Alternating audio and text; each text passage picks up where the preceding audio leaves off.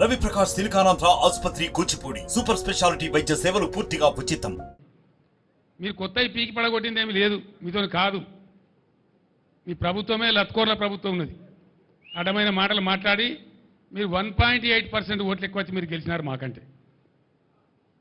మేమేం రౌట్ కాలే, ప్రధాన ప్రతిపక్షంగా ఉన్నాం. మాకు 37% ఓట్లు వచ్చినాయి, మీకు 38.9% ఓట్లు వచ్చినాయి, అంతే.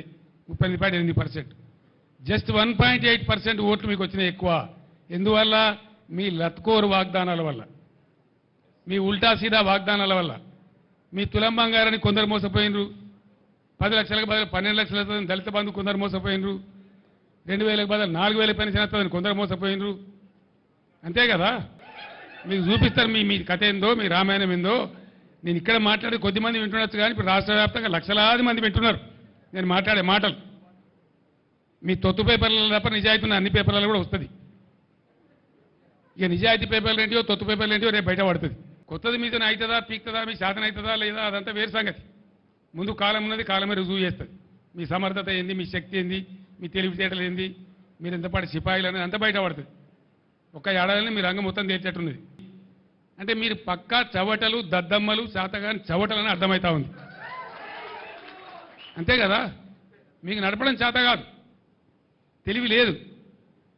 అది చెప్పాలి, బాగా చెప్తా. మేము అసమర్థులం, తెలివి లేదు, మాకు నడపలేకపోతున్నాం, అతను చేతనైతే లేదు. మళ్ళీ కేసీఆర్ చెప్పారుండే అంటారా? ముందే చెప్పారుండే కేసీఆర్ అంటారా? నిన్న మొన్న ఒక నక్క బయలుదేరింది, మొన్న సూర్యాపేటకు పోయింది, నిన్న కరీంనగర్ పోయింది.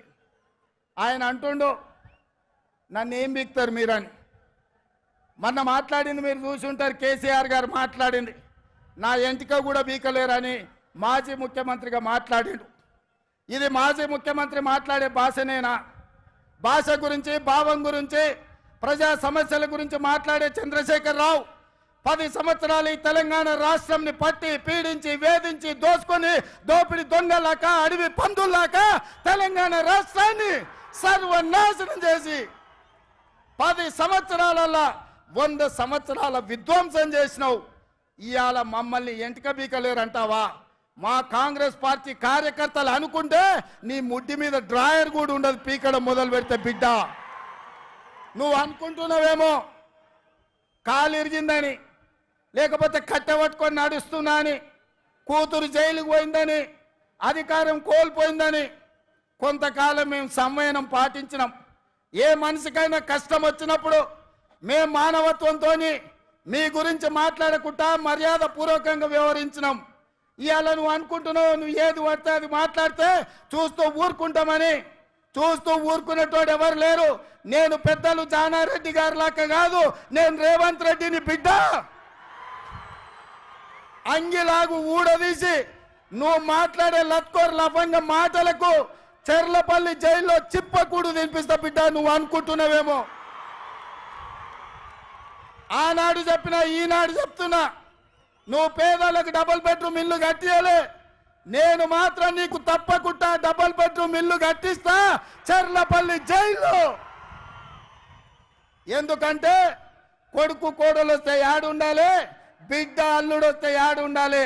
అందరు కలిసి చెర్లపల్లి జైల్లో ఉండేటట్టు మీకు డబుల్ బెడ్రూమ్ ఇల్లు కట్టించే బాధ్యత మా లక్షలాది మంది కాంగ్రెస్ పార్టీ కార్యకర్తలు తీసుకుంటారని చెప్పి నేను ఈ వేదిక మీద నుంచి చెప్పదలుచుకున్నా. మరిన్ని వీడియోస్ కోసం ఛానల్ ని సబ్స్క్రైబ్ చేయండి, లేటెస్ట్ అప్డేట్స్ కోసం వాట్సాప్ ఛానల్ ని ఫాలో చేయండి, అండ్ లింక్ డిస్క్రిప్షన్ లో ఉంది.